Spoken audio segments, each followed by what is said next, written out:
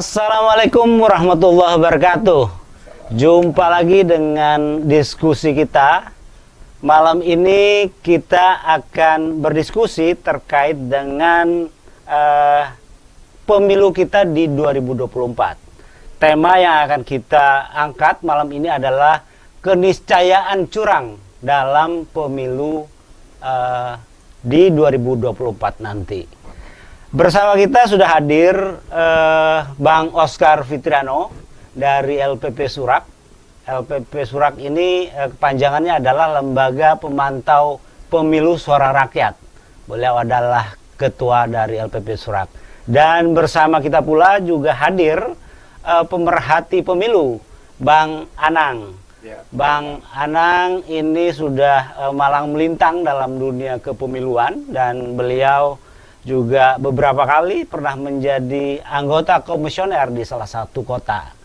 Dan bersama ini pula kita juga mengulas beberapa hal terkait dengan situasi nasional kita, terkait pula dengan isu-isu yang barangkali sudah sama-sama kita tahu bagaimana dari pemilu ke pemilu kosakata curang, terminologi curang itu selalu saja kemudian kita jadi habit kita, jadi gen bawaan kita. Apakah pemilu 2024 itu akan kemudian menjadi curang lagi? Nah, bersama ini mari kita bahas bersama-sama dengan para narasumber kita, Bang Oscar dan Bang Anang. Untuk kesempatan pertama barangkali saya akan memberikan kesempatan kepada Bang Oscar terkait dengan bagaimana pendapat Bang Oscar mewakili LPP Surak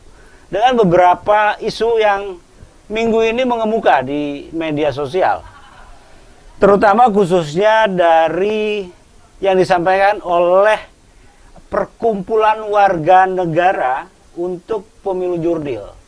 Ada disampaikan di sana ada 52 juta data janggal dalam DPSHP. Nah ini barangkali akan menjadi pembahasan menarik. Kenapa kemudian ini bisa terjadi? Nah menurut Bang Oscar bagaimana Bang Oscar? Terima kasih Bang Imam atas kesempatan yang diberikan kepada saya. Saya mewakili LPP Surak atau Lembaga Pemantau Pemilu Suara Rakyat. Nama saya Oscar Fitriano. Assalamualaikum, selamat malam saudara-saudara sebangsa dan setanah air. Pertama-tama, tidak henti-hentinya saya ingin memberikan info kepada rekan sebangsa dan setanah air kita bahwa pada tanggal 14 Februari 2024 ya, merupakan hari besar bagi bangsa Indonesia karena pada saat itu merupakan hari kasih suara ya. Kalau selama ini kita kenalnya dengan hari kasih sayang. Tapi khusus di 2024 14 Februari tersebut ini merupakan hari kasih suara ya untuk seluruh warga negara Indonesia. Itu yang pertama. Yang kedua, kenapa kemudian kami menganggap pemantauan pemilu itu penting untuk kita lakukan setiap saat sampai dengan proses pemilu itu selesai. Yang pertama karena proses pemilihan umum yang baik akan menghasilkan pemimpin-pemimpin yang baik, dan kemudian pemimpin-pemimpin yang baik pula akan menghasilkan keputusan dan kebijakan yang baik untuk bangsa Indonesia dan rakyat Indonesia secara keseluruhan. Itu yang pertama ingin saya sampaikan. Yang berikutnya tentu saja tidak lupa saya sampaikan apresiasi kepada Mahkamah Konstitusi karena telah menetapkan sistem proporsional terbuka sebagai sistem pemilu yang digunakan pada 2024 mendatang. Dan ini juga sesuai dengan podcast kita sebelumnya bahwa tentu saja kami mendukung sistem proporsional terbuka, mengingat sistem tersebut lebih mendekati kedaulatan rakyat yang terdapat dalam pasal 1 ayat 2 Undang-Undang Dasar 1945. Jadi keresahan yang ada di masyarakat saat ini, ya, bahwa kalau MK kemudian tidak memutuskan sistem proporsional terbuka, mereka khawatir bahwa yang terpilih nantinya, ya, baik itu wakil rakyat maupun calon-calon yang duduk di pemerintahan adalah bukan yang sesuai dengan pilihan mereka, tetapi lebih kepada yang sesuai dengan pilihan elit partai. Nah, itu yang pertama. Yang kedua, saya mau membahas tadi seperti yang disampaikan oleh Bang Imam, bahwa ada laporan dari salah satu lembaga Perkumpulan Warga Negara untuk Pemilu Jurdil. Nah, itu dia. Terdapat potensi 52 juta pemilih yang diragukan berdasarkan DPS-HP. Dan disampaikan pula di sana, yang juga kami ikut memantau dan menganalisanya, itu ada beberapa potensi. Yang pertama, terdapat pemilih ganda, ya, yang namanya sama, kemudian alamatnya berbeda, gitu kan. Ada juga permasalahan, ada yang sudah meninggal, pemilih di bawah umur, ya, dan pemilih di bawah umur. Ada permasalahan yang sudah meninggal, kemudian namanya masih ada di situ. Ada juga pemilih di bawah umur, bahkan umur 10 tahun, sudah masuk menjadi daftar pemilih sementara. Nah, ini kan menjadi permasalahan-permasalahan yang harus segera dijelaskan, diklarifikasi, dan juga ditindaklanjuti oleh pihak penyelenggara pemilu. Ya, jangan sampai kemudian isu ini sampai kepada masyarakat, menjadi viral, dan akhirnya kemudian menjadi tuduhan-tuduhan bahwa pemilu ini akan curang ke depannya. Tetapi kalau sama sekali, ya, tidak ada tanggapan dari penyelenggara pemilu, ya, baik itu KPU maupun Bawaslu, bisa jadi memang kecurigaan masyarakat itu menjadi benar, gitu kan. Nah, tapi persoalannya gini, ini, Bang Oscar, direspon oleh KPU bahwa ini dianggap sebagai upaya mendelegitimasi pemilu 2024. Itu gimana menurut Bang Oscar? Oh tidak, tentu saja kalau kami tetap ingin agar pemilu itu berjalan sesuai dengan aturan yang ada, berjalan jujur dan adil, karena memang dibandingkan tidak ada pemilu sama sekali ataupun pemilu itu tertunda, kami tetap mendukung adanya pemilu sebagai suatu proses demokrasi yang nantinya akan melahirkan welfare state, ya, atau kesejahteraan bagi masyarakat. Jadi pandangan kami bahwa demokrasi yang diwujudkan melalui pemilihan umum itu tetap harus berjalan. Jadi tidak ada upaya untuk mendelegitimasi.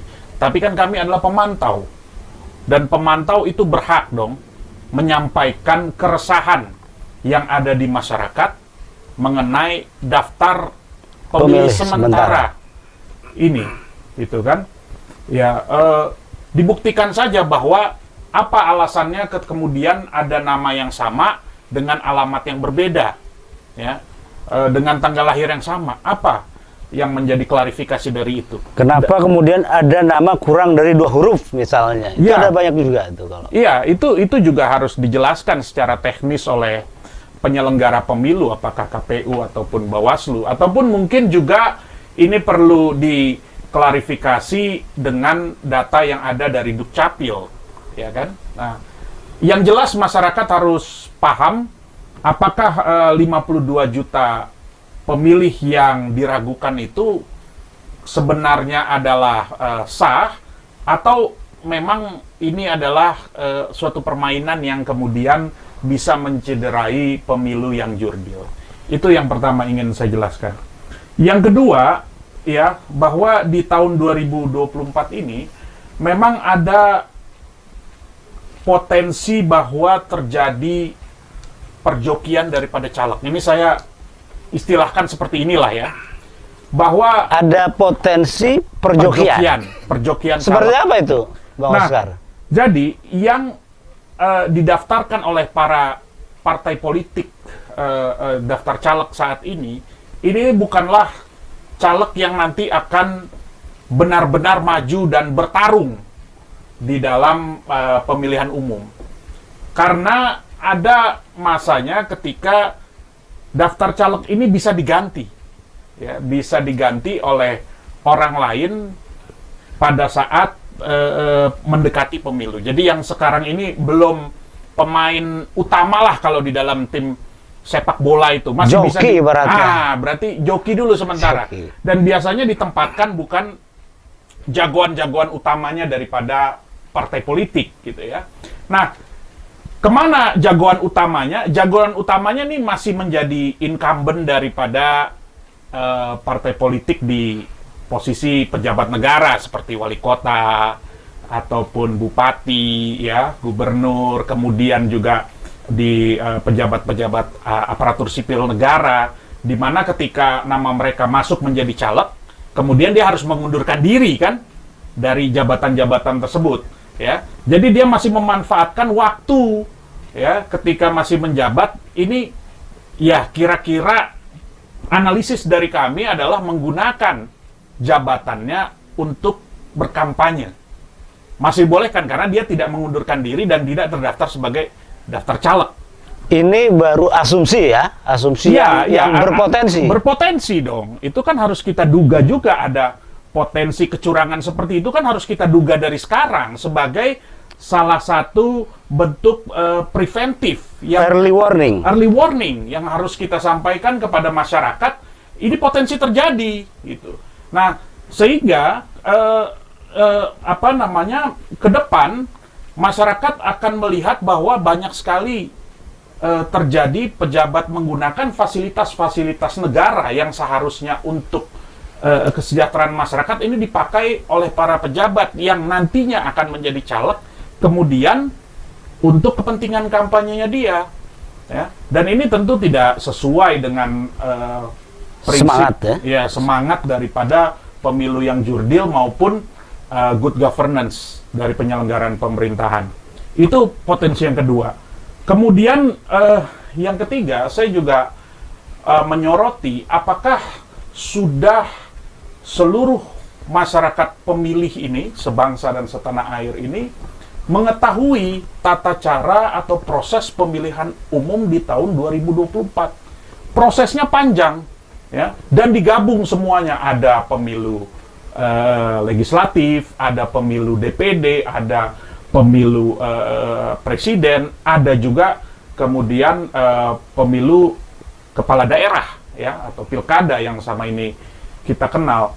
Nah, ada potensi milenial yang berusia 17 tahun dan pada akhirnya nanti menjadi pemilih. Oke lah, kita yang mungkin sudah beberapa kali ikut pemilu, ya prosesnya sih sama-sama saja. Tapi bayangkan kalau ada pemilih baru yang belum paham atau tidak tersosialisasikan dengan masif, ya, tentang proses pemilu ini, maka mereka bisa dimanfaatkan oleh oknum-oknum, ya, yang ingin kemudian mengganggu jalannya pemilu dengan jurdil, ya, dengan misalnya saja memberikan kampanye-kampanye yang bersifat dukunglah calon ini atau dukunglah partai politik ini, maka kemudian ini adalah partai politik yang benar, ya, di satu daerah gitu, ya, tanpa kemudian diberikan semua informasi yang memadai tentang seluruh partai politik yang ada ataupun calon presiden dan calon kepala daerah. Ini yang juga potensi masyarakat itu belum semuanya paham. Ya, kita tidak berbicara yang sudah berkali-kali. Kalaupun yang sudah berkali-kali ikut pemilu juga masih ada potensi bahwa ketika dia memberikan suara salah, sehingga kemudian suaranya menjadi tidak sah. Ya, bagaimana kalau mencoblosnya di luar kotak? Bagaimana kalau mencoblosnya 2 caleg? Ya, nah ini kan menjadi permasalahan. Bagaimana kalau dia nyoblosnya partai nomor 1, tetapi kemudian calegnya dia coblos nomor 2, gitu kan? Di dalam satu kertas suara yang sama, ya kan ini tidak sah, gitu kan? Nah, ini kan masyarakat juga masih terus harus disosialisasikan.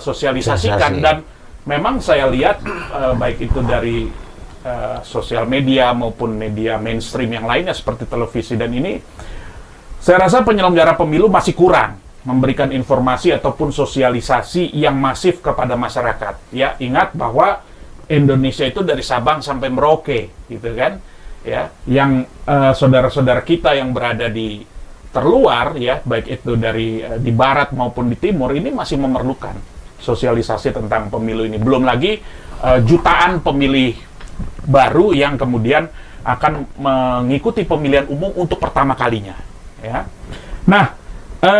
Kemudian yang terakhir, saya juga menyoroti masalah ketika berbicara kecurangan pemilu, cara menjawab satu-satunya adalah transparansi dan akuntabilitas. Mungkin ini juga menjadi bagian dari pemantauan yang dilakukan masyarakat apabila penyelenggara pemilu, ya termasuk juga peserta pemilu, karena masyarakat kemudian yang akan memilih, yang akan menggunakan hak suaranya, baik itu penyelenggara pemilu maupun peserta pemilu, ini dua-duanya harus transparan, akuntabel, dan juga bisa mempertanggungjawabkan kira-kira keputusan yang mereka lakukan. Oke lah, kalau dalam hal caleg, kita sudah bisa mendapatkan pemilih itu proporsional terbuka, oke lah, berarti dari. Tapi kita lihat bagaimana dengan sistem yang ada di penyelenggara pemilu. Kita ingat ada beberapa sistem teknologi informasi yang mereka gunakan elektronik, gitu kan? Apakah kemudian itu dilakukan audit terhadap sistemnya? Ya. Yang kedua, bisakah kemudian masyarakat dalam hal ini mengakses sistem-sistem yang ada di penyelenggara pemilu sebagai bagian dari keterbukaan informasi publik, karena kami juga harus tahu nanti kemudian data kita menjadi aman atau tidak aman. Ya, ingat beberapa kasus di Indonesia ini terjadi pencurian data, kemudian juga data yang diambil oleh hacker, ini masih menjadi masalah besar. Apalagi bahaya sekali kalau memang data pemilih yang ada di KPU kemudian bisa dihacker, kemudian bisa dijual dan digunakan untuk orang-orang yang tidak bertanggung jawab. Ini kan penting, ya. Kemudian bagaimana sistem yang ada di penyelenggara pemilu tersebut dapat dipastikan, ya, benar-benar menunjukkan data yang tepat tentang pemilih. Misalnya, apakah kemudian sesuai data yang ada di sistem penghitungan suara KPU itu dengan data planologi yang ada di masing-masing TPS, gitu kan. Dan penghitungan berjenjang juga demikian. Ini kan sistem yang juga terus harus dipantau, ya. Kalaupun nanti pada saat pelaksanaannya dipantau, bisa nggak kita tahu sekarang sistem apa yang kira-kira digunakan? Bagaimana proses menjalankan sistem itu dari sekarang, bukan pada saatnya nanti. Jadi bisakah kita lihat sekarang itu sebagai bagian dari keterbukaan informasi publik itu dari penyelenggara pemilu. Kemudian satu lagi tentu dari partai politiknya, kita juga harus bisa mengakses data-data mereka, termasuk juga laporan keuangan dari partai politik yang juga merupakan syarat dari undang-undang. Nah, beberapa faktor ini kalau bisa dijawab oleh penyelenggara dan juga peserta pemilu, ya paling tidak potensi-potensi kecurangan pada pemilu 2024 bagi kami bisa sedikitlah ditanggulangi ataupun mungkin tidak terjadi kalau permasalahan yang saya sebutkan ini dijelaskan oleh penyelenggara pemilu. Terima kasih. Oke, makasih Bang Oscar. Bang Anang ini kan salah satu mantan praktisi juga di penyelenggara pemilu dan sekarang sebagai pemerhati pemilu terkait dengan isu-isu yang disampaikan oleh perkumpulan warga negara untuk pemilu Jurdil itu bagaimana sih sebetulnya etape perjalanan data pemilih di di sistem kepemiluan kita. Barangkali Bang Anang bisa jelasin. Makasih Bang Imam, Bang Oscar. Jadi terkait dengan apa yang disampaikan Bang Imam, adanya dugaan 52 juta, itu kan angka yang cukup besar, fantastis. Kalau itu dikuasai oleh salah satu pasangan calon presiden, itu sudah bisa lumayan itu, nggak terlalu tergesa-gesa, ngoyo-ngoyo untuk nyari suara dan menang gitu.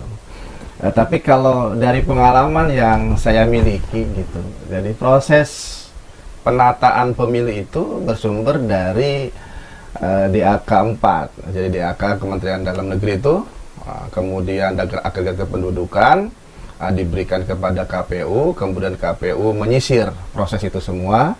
Ketika disisir oleh KPU sampai di tingkat provinsi, kabupaten kota, kemudian PPK dan PPS itu disisir. Nah, kemudian dilakukan checklist, dilakukan pendataan. Coklat juga. Ada coklit. Nah, ada yang kita sebut itu ada istilah pantarli. Melalui pantarli. Nah, pantarli bekerja secara maksimal itu yang. Nah, kemudian prosesnya kan perlu diawasi. Apakah pantarli ini bisa berjalan secara maksimal atau tidak, terutama misalkan di luar negeri.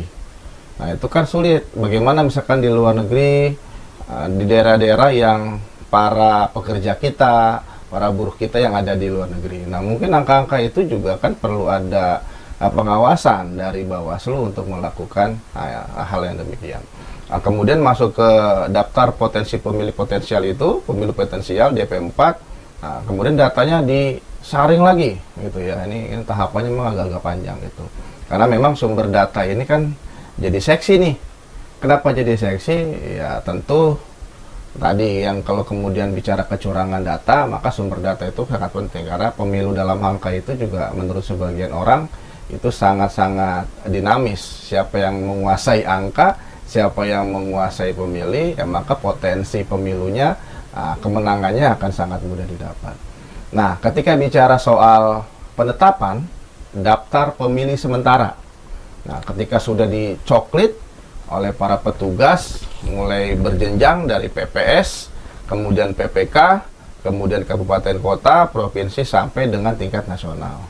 Lantas muncullah angka 52 juta tersebut. Nah, dari DPSHP itu. Dari DPSHP.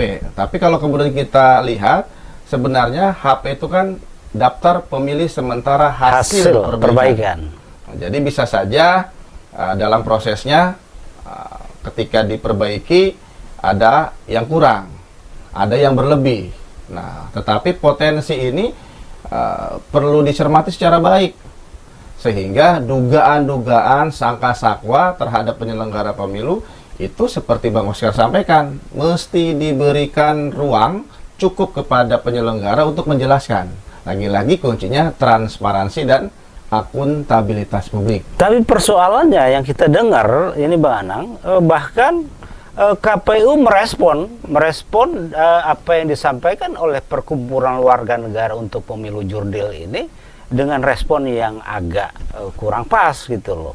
Disampaikan direspon sama KPU bahwa ini adalah dalam rangka upaya mendelegitimasi penyelenggaraan pemilihan umum. Lah ini kan kurang bagus gitu loh. Menurut Bang Anang gimana nih sebagai ini? Ya, masalah delegitimasi itu kan kembali kepada penyelenggara teknis, dalam hal ini KPU. Nah, Bawaslu memiliki peran sangat penting memastikan apakah teman-teman Bawaslu sudah benar-benar menjalankan fungsinya secara baik dalam proses pengawasan di setiap jenjang gitu ya. Sehingga angka 25 juta itu bisa 52 juta. Ya, 52 juta itu kan bisa dibantah bahwa data itu memang tidak benar. Nah, kalau itu tidak benar, ya KPU bisa menjelaskan saja sebenarnya. Nah, Bawaslu pun bersikap untuk menjelaskan apakah fungsi pengawasannya sudah berjalan ketika data itu muncul, gitu ya. Kan setiap pelaksanaan PPS ada pengawas desa atau pengawas kelurahan. Nah, kemudian jenjang di atasnya di tingkat PPK ada yang namanya Panwascam. Kemudian di tingkat kabupaten kota ada teman-teman Bawaslu kota.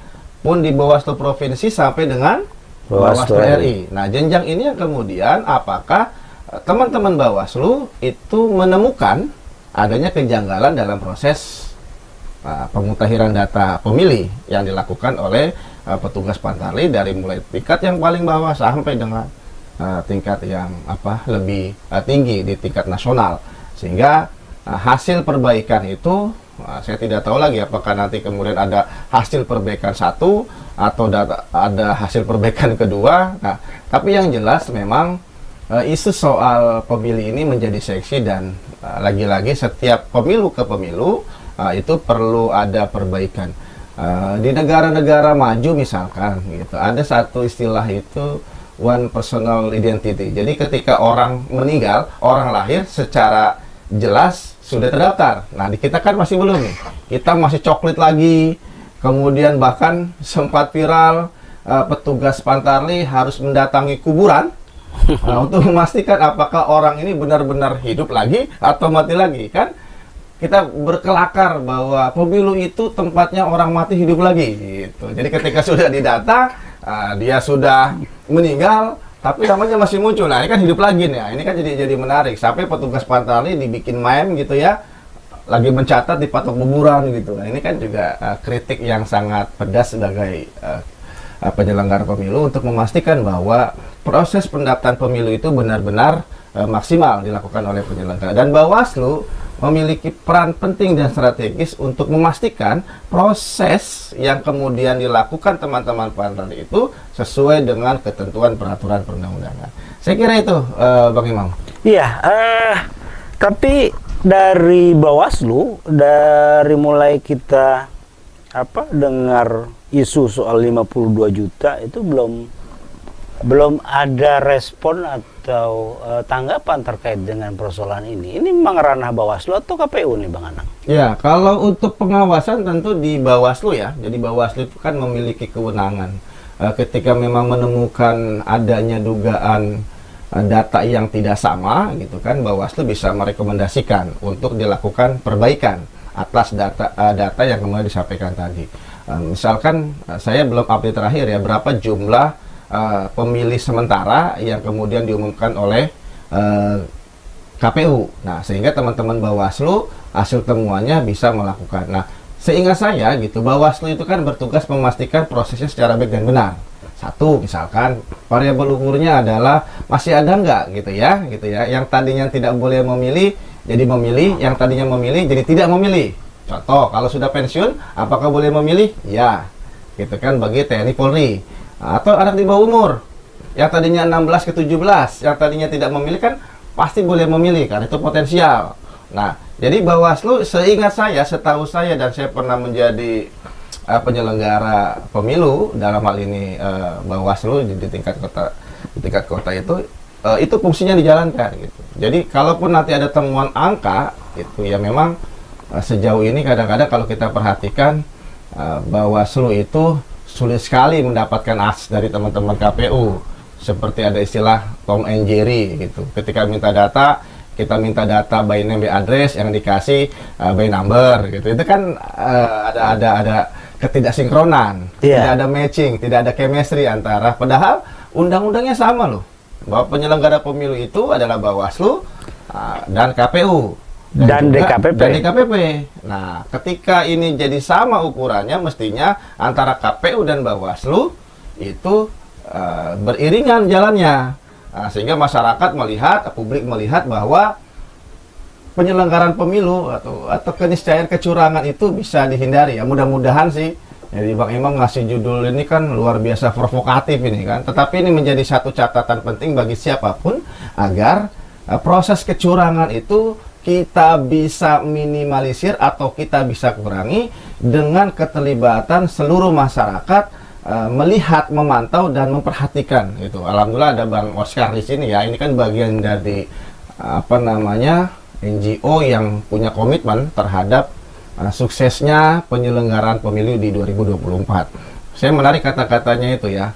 Hari Kasih Suara. Nah, ini jadi kampanye nasional juga gitu ya. Jadi hari 14 Februari itu bukan hanya hari Valentine, tapi hari kasih suara. Ini menarik ini. Iya, Bang Anang. Terus kemudian tadi ada kegelisahan dari Bang Oscar terkait dengan, karena bicara soal curang dalam pemilu itu bukan hanya persoalan data pemilih, tapi banyak hal, banyak variabel dari curang itu sendiri.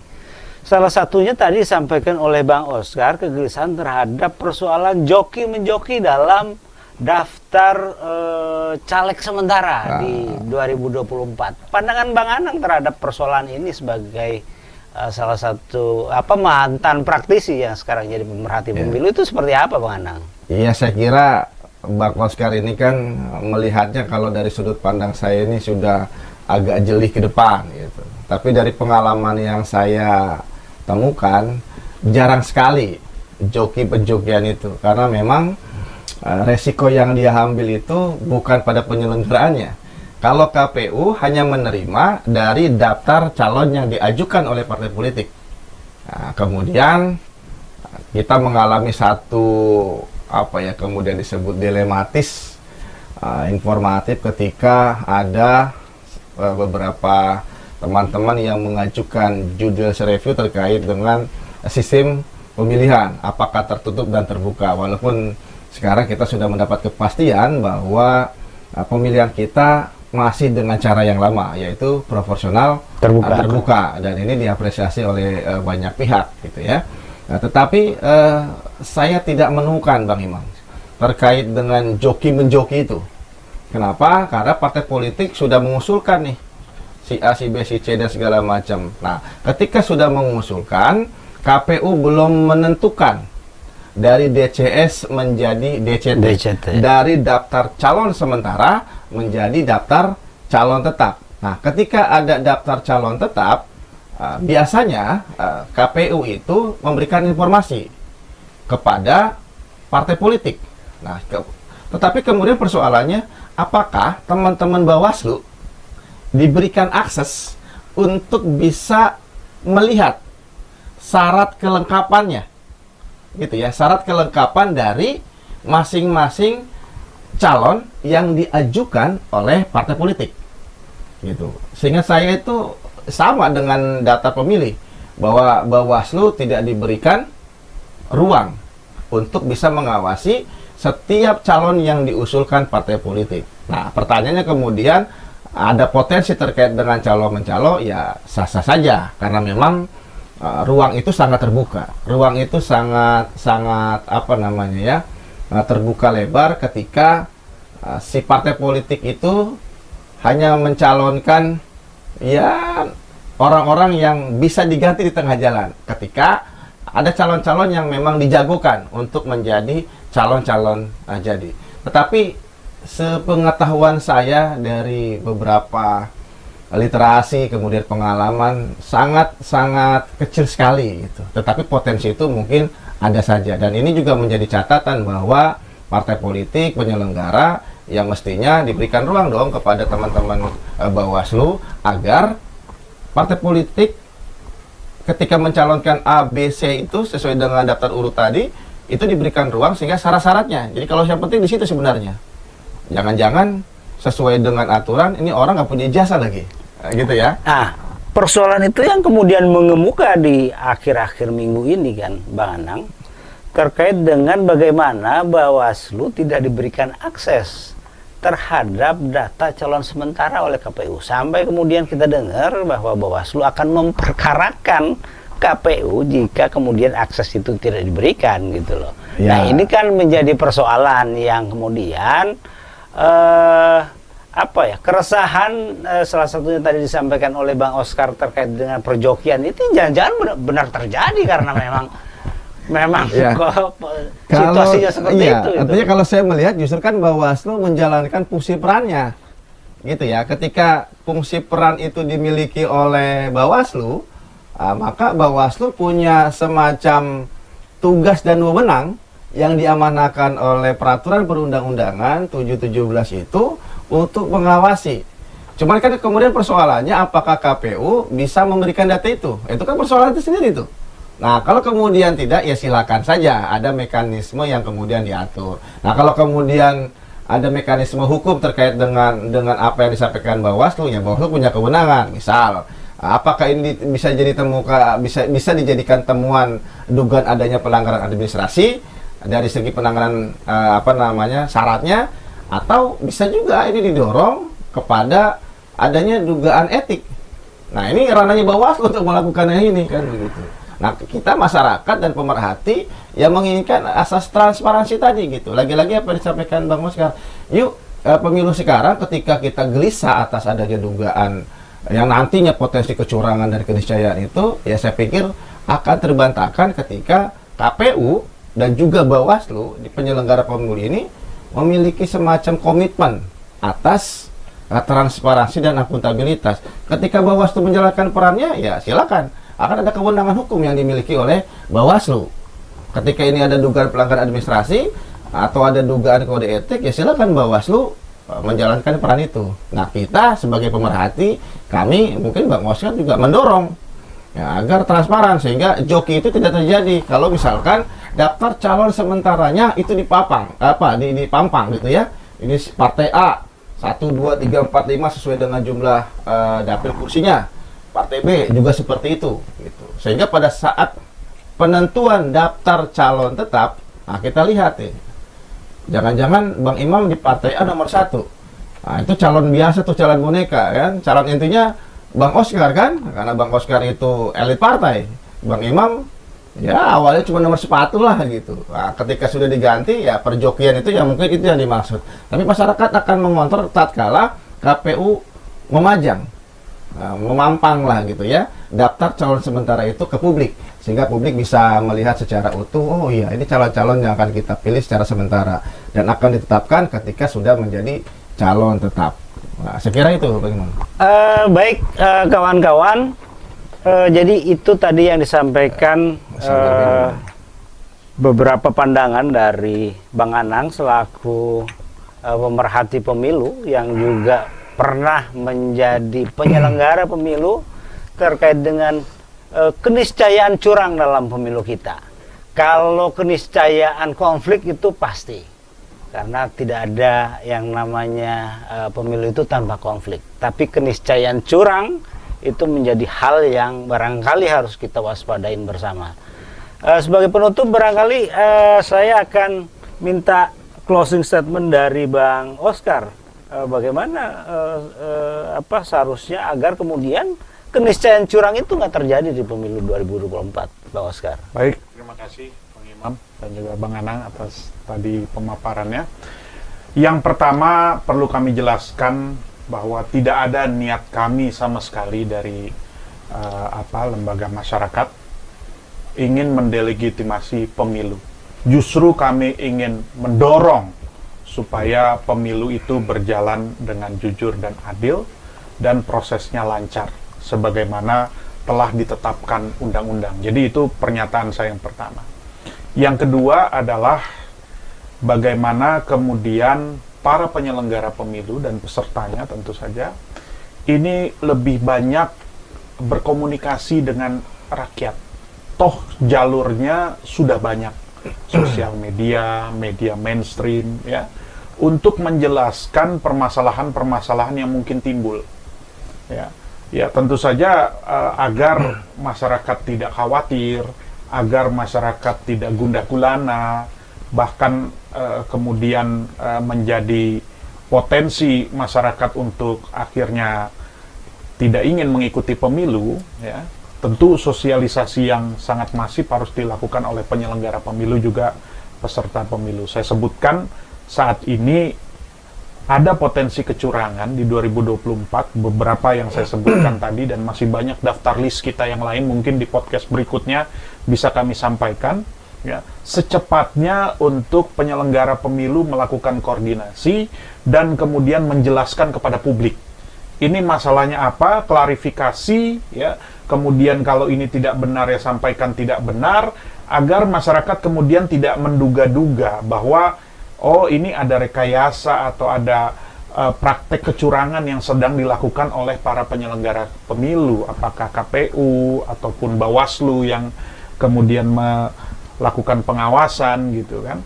Dan akhirnya tentu kami sebagai masyarakat atau publik ingin agar ya kita punya undang-undang keterbukaan informasi publik, agar hal-hal yang tadi kami sampaikan ya misalnya data pemilih, kemudian juga daftar caleg, ya, dan proses-proses pemilu termasuk juga sistemnya ini dibuka saja ke publik sebagai bagian dari transparansi dan akuntabilitas yang juga saya sepakati dari pemaparan Bang Anang tadi. Mungkin itu saja yang saya sampaikan sebagai. Oke, baik, Bang Anang, kalau Pak SBY itu punya mimpi nih. Mimpi ya terkait dengan bagaimana lagi viral ya, lagi viral mimpinya Pak SBY. Bang Anang itu mimpinya apa sih terkait dengan keniscayaan curang dalam pemilu 2024 ini, Bang Anang? Iya, kalau mengutip itu mimpi adalah kunci. Nah, karena persoalannya kunci apa nih? Jadi kalau saya justru melihatnya bahwa kita ini sudah seringkali melaksanakan pemilu, sudah bergonta-ganti presiden, dan kita akan menyiapkan presiden yang ke-8. Proses demokrasi itu dari rakyat, oleh rakyat, dan untuk rakyat. Maka rakyat mesti cerdas, rakyat mesti tahu hak dan kewajibannya. Paling tidak ketika seluruh warga masyarakat, rakyat dalam hal ini, itu menjadikan dirinya tahu hak politiknya, nah, dengan sendirinya, misal ketika ada pengawas yang diawasi secara maksimal, penyelenggaraan pemilu diawasi secara maksimal oleh masyarakat dan rakyat, maka dengan sendirinya seluruh pasang mata itu mengawasi penyelenggaraan. Nah, kalau seluruhnya mengawasi, hampir tidak ada celah bagi penyelenggara pemilu itu melakukan kecurangan-kecurangan. Karena kan potensi kecurangan itu pasti ada. Karena prinsip dasar manusia itu kan kecenderungan untuk menguasai, kecenderungan untuk berkuasa, kecenderungan itu memang sudah tabiatnya kan begitu. Yang besar ya kadang-kadang ngakali yang kecil gitu, yang kuat mengakali yang lemah. Nah, saya kira mimpi saya bahwa proses demokrasi itu bisa berjalan dengan baik, proses demokrasi itu bisa berjalan dengan maksimal, transparansi dan akuntabilitas kalau penyelenggaraannya juga akuntabilitas dan transparan, dan masyarakatnya pun diberikan hak yang luas untuk bisa mengerti hak dan kewajibannya sebagai warga negara. Saya kira itu, Bang Imam. Oke, makasih Bang Anang, Bang Oscar, terima kasih kesempatannya. Jadi intinya bahwa kita menginginkan demokrasi tanpa distorsi, tanpa pula cawe-cawe. Terima kasih buat semuanya. Assalamualaikum warahmatullahi wabarakatuh. Waalaikumsalam. Makasih Bang Imam.